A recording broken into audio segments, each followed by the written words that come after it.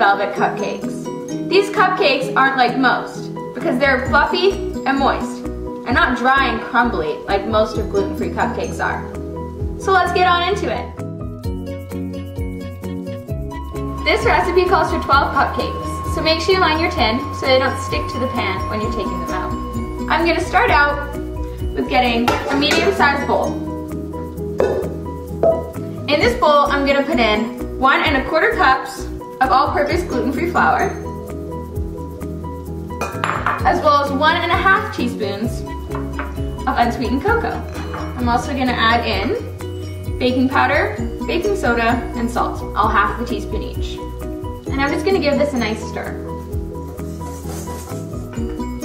That should do it.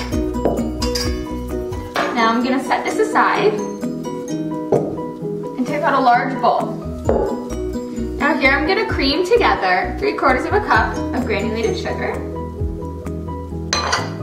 as well as 3 tablespoons of unsalted butter.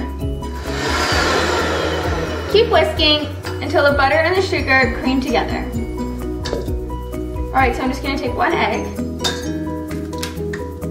and crack that in. So I'm just going to whisk in the egg. Now to the large bowl, I'm going to add in the flour mixture. And now we're going to add 3/4 cup of buttermilk.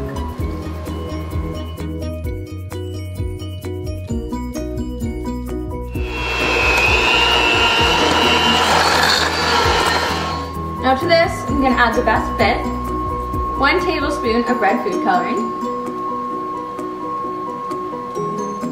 and 1 teaspoon of vanilla extract, and 3/4 of white vinegar. Make sure it's not malt vinegar, because that's not gluten-free. And give these a nice whisk. Your batter should be a nice and rich red. If it's not, feel free to add some more food coloring. Now you know you're ready to go. Now I got my cupcake pans lined. Now, my tip for when I make cupcakes, to make them all even and the same size, I take 1/3 cup and pour it into your lined muffin tin. Now repeat this for the rest of the batter.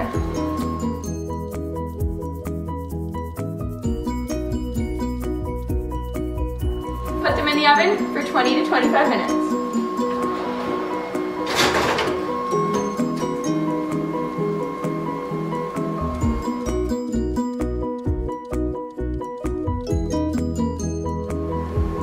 While our cupcakes are in the oven, let's get started on this delicious cream cheese frosting.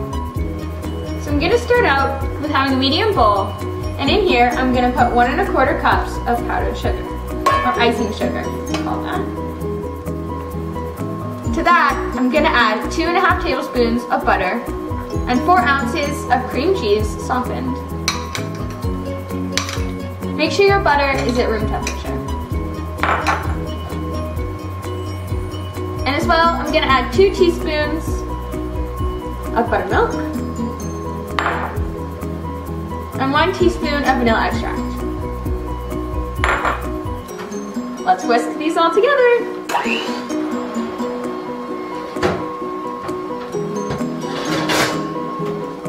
Oh, these look so good.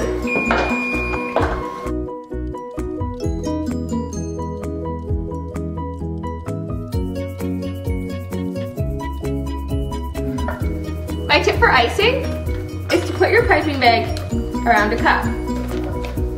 Now, using a spoon, drizzle the icing into the bag. Twist it and clamp it together so none comes out the top. Now taking a cupcake, take your icing and start from one side on an angle and wrap it around until you get a nice flower-like.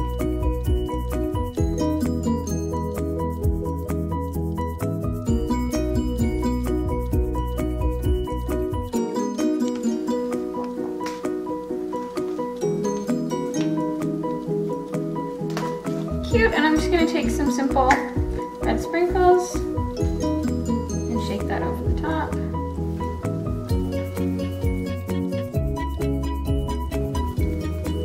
Next time you're thinking of making gluten-free cupcakes, make sure you make these. They're absolutely delicious.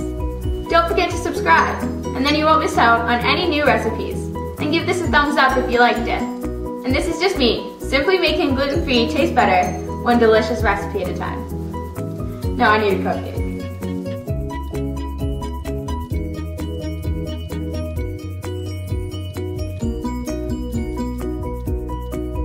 I remember making red velvet cupcakes a really long time ago. Nothing compares to these.